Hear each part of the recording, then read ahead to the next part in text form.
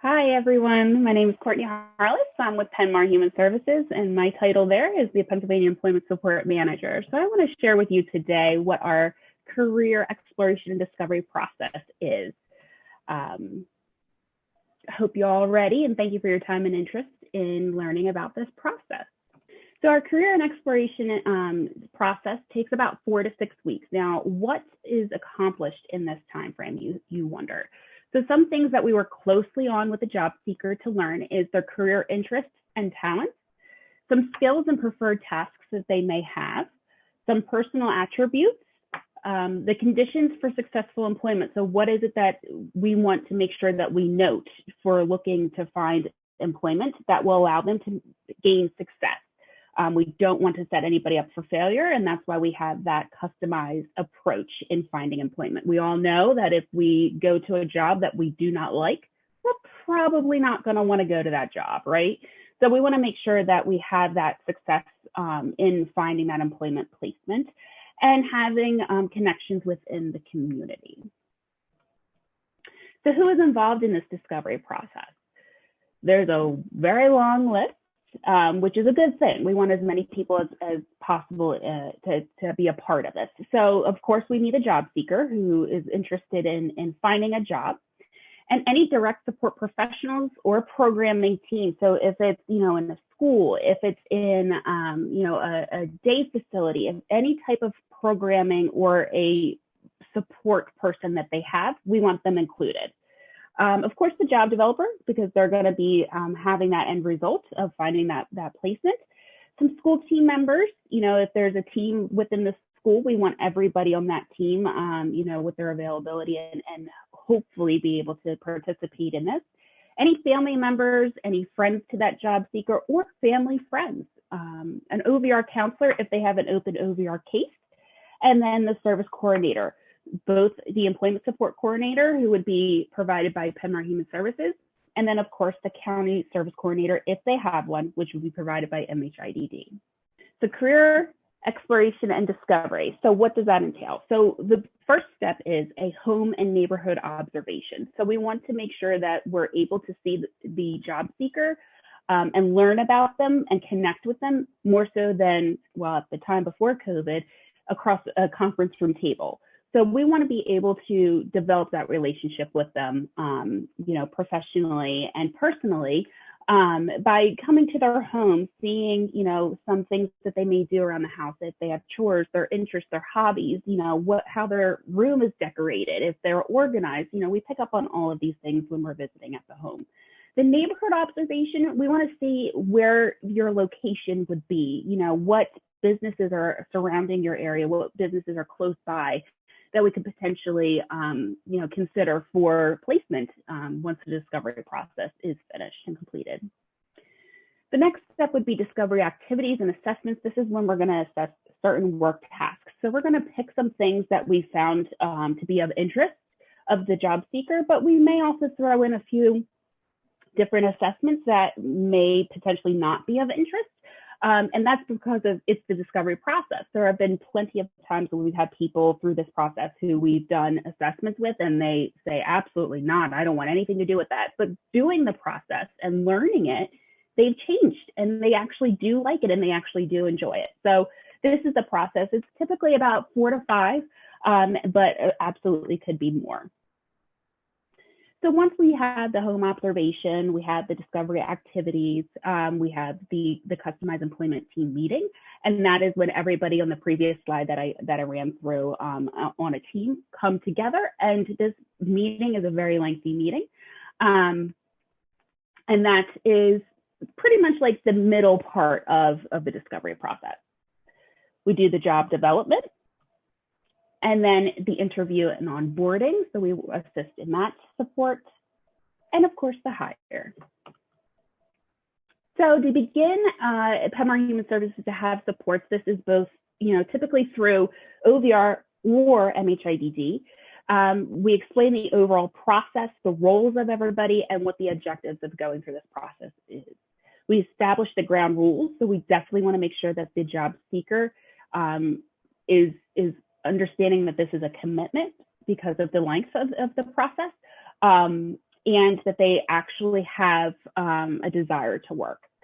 We interview the job seeker to learn information about them. So this is just getting to know them. We have a list of questions that we run through, and we just have a conversation and learn a little bit about them. And at that time, that's when we develop a personal interview list. And personal interview list is anybody and everybody that is connected to that person that you would like us to talk to. That's who we're going to want to reach out to, because everybody shows a different side of themselves depending on who is in their environment. So it could be, you show yourself differently to your mom than you do to your friend, or you show yourself differently to, your ARC team member, and differently from your teacher. So we want to try to involve as many people as possible to learn those different sides of the person, the job seeker. And then, like I said earlier, then we schedule that home observation, all of those interviews and observation time. So if they are in a program, if they are doing work experiences, we want to get out there and see them in the moment. Those are known and comfortable environments. So we want to see how they act, being comfortable, because we do act differently in a comfortable environment than one that we're not so familiar with. So we want to get all of these observations and all of this data for this process during this time.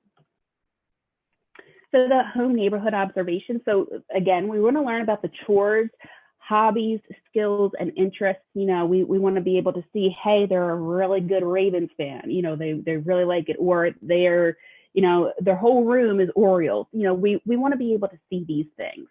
And believe it or not, a lot of the job seekers are really excited and happy to show us their room or their hobbies or what they're into. We want to identify existing social capital. We want to learn about the area resources again. So the businesses, is there transportation? Is there a rapid transit, bus station right outside their front door? Or, are they in a very country-like setting where it's going to be difficult to find the transportation supports if that family is not able to provide that? So those are some things that we observe and note during that home observation, the neighborhood observation. During these personal interviews, again, we just talk with them. We have a conversation. We learn about what skills, what interests, what talents, what type of support somebody may need. In different environments, in comfortable environments, your support needs may change. So we want to learn all of these things.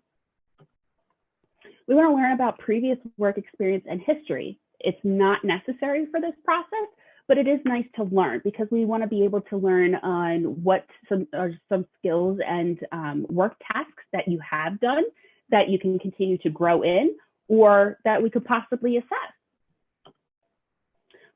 We want to seek recommendations for additional interviewees. So we may be talking to, a teacher that was in that person's life, and then they may say, who would be a really good contact?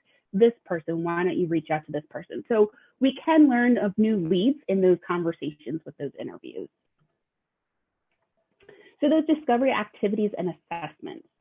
So they are activities that are done in the community. We primarily like to go out into the community and assess these skills and work tasks, because it's going to be like if they have a job. We're going to go to Walmart and do a stocking activity because that's a potential job. So we want to see that environment. We want to see, is it too bright? Is it too noisy? Is there too many distractions? Are they okay? Can they read the labels? Do they associate by color? We want to assess all of these things in those activities being done in the community. We do mock work environments also. We create those, and they may be done at our day facility or in our administration building, where we may do a mock, secretarial position where there's scanning or there's filing. So we may set up a mock work environment that we bring those job seekers to complete those and assess. Again, they're conducted in environments familiar and unfamiliar. So again, we want to see, how do you act in an environment that you're very familiar with? If you go to Walmart all the time for your grocery shopping, you really like going to Walmart. So we might take you there, but then we might take you to a Giant, or we might take you to a Weis, because that's an environment that you're not comfortable with, you're not familiar with. And we want to see if you hold yourself and present yourself differently in that uncomfortable setting. And then during all of these activities and assessments, we want to identify what supports are needed for which task. So again, is supports needed? Do you need a map to navigate around a building? Are you able to figure that out? Are you good if you have a periodic check-in of your supervisor or a coworker to check in on you? We want to identify what supports are going to be needed, again, for those conditions of success. These activities create a positive picture for job seekers. So again, with doing these activities, the job seeker may come through and say, hey, I really, really like doing this, or I really enjoyed this. It's giving them that understanding of what you're doing, what your job is. We're going to go and do this. You may not want to do it right now, but we'll see. Do you think you can do it for 2 times a week, or that kind of thing? Things we look for doing in an activity. We look for their pace. Do they go high? Do they go low? Or do they go by Courtney pace? We want to figure out what the pace is of their work technique. Again, the supports that they need, their performance. Do they get fatigued, during the end of it? Is their stamina not built up quite so? We want to be able to see about their performance. Do they do it to a quality level? And do they hold interest in the activity for the duration of the activity? Because some things, again, if we have no interest in it, we're going to want to either do it really fast, or we're going to want to do it and not do it to the full quality potential of that activity. So these are all things, that we do look at while we're doing that activity. And are we able to clearly envision what a successful environment should look like for that job seeker? So again, are we going to be working, are they good with working alone? Do they need to have, some type of a pop-in? Are they good with a buddy system? Do they need somebody with them at all times to work on the same task? Standing for short periods of time, do they need to have a place where they can sit down, or they can complete this activity standing or sitting? Again, their pace, their stamina, the quality, these are things that we want to make sure that we note during this discovery process for those conditions of success. So these are just a few pictures of a few job seekers that were going through this process. Right there, Nina is sitting down in the chair and she's doing a filing activity. This is one of those mock work environments. This is in our administration building that we used to have in Glen Rock. And this was an interest of hers. She wanted to do secretarial work. So we developed a filing activity and assessment, and that's what she completed during this picture. To the right there, that's Miss Patsy Jones. She's actually in our small group employment program in this picture. She's at one of the churches. We actually clean at Grace Fellowship Church in Shrewsbury. And this is her cleaning the cafe area. And again, this was her going through the discovery process. This was something that she already had set on her schedule. So it was an observation opportunity, and that's what we did. So we went to the Grace Fellowship Church, and we observed her and, observed the quality in her pace and if she knew what was next, if she knew the next step of her task list. So these are the two ladies that we chose to have and display to you today.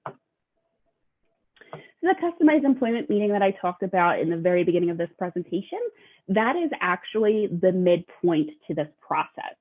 So the meeting consists of all members of the team and the job seeker. So this meeting is primarily for the job seeker, and we want to make sure that they have complete control over this meeting.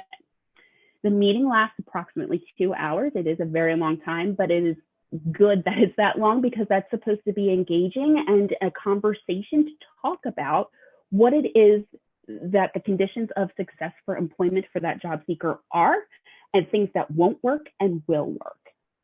We discuss what was learned throughout that discovery process, and we identify the connections with businesses in the community. So maybe, mom on the team knows the owner of a mom and pop, business. Well, let's get that name. Let's get the name of that business. Let's have that connection. That's where we want to have as many people around the drawing board as possible so that we can work towards getting that successful placement for that job seeker. So once the meeting is had, that job seeker then moves into the discovery process, into the job development portion of it. And what are the responsibilities in job development? We keep in mind, where do people with similar skills and interests work? So where would they be included in an environment that has the same skills and interests as that job seeker does? Select locations that make sense to a job seeker and transportation support.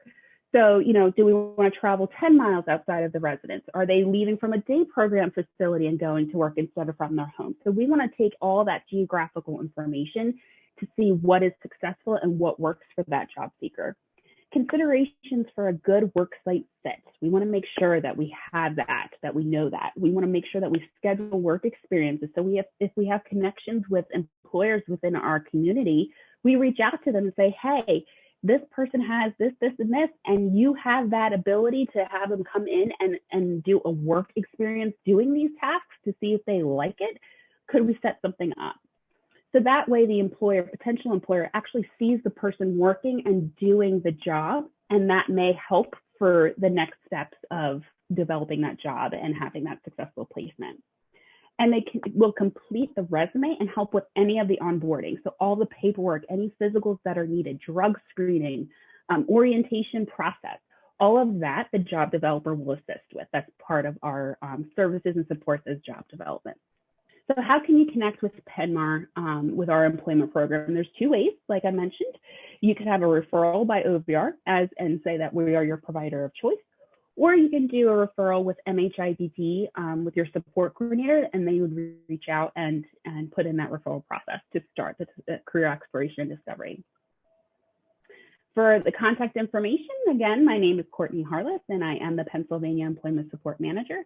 My direct line is 717-942-8349, and there below is my email. Thank you so much for your time, and I hope to hear from you soon.